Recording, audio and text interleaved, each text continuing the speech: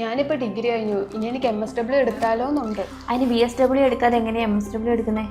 അതിന് MSW ചെയ്യാൻ വേണ്ടി BSW തന്നെ കഴിയണമെന്നില്ല ചേച്ചി.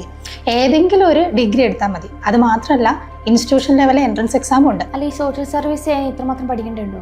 സോഷ്യൽ സർവീസും സോഷ്യൽ വർക്കും തമ്മിൽ വ്യത്യാസമുണ്ട്. MSW എന്ന് പറഞ്ഞിട്ടുണ്ടെങ്കിൽ സോഷ്യൽ വർക്കാണ്.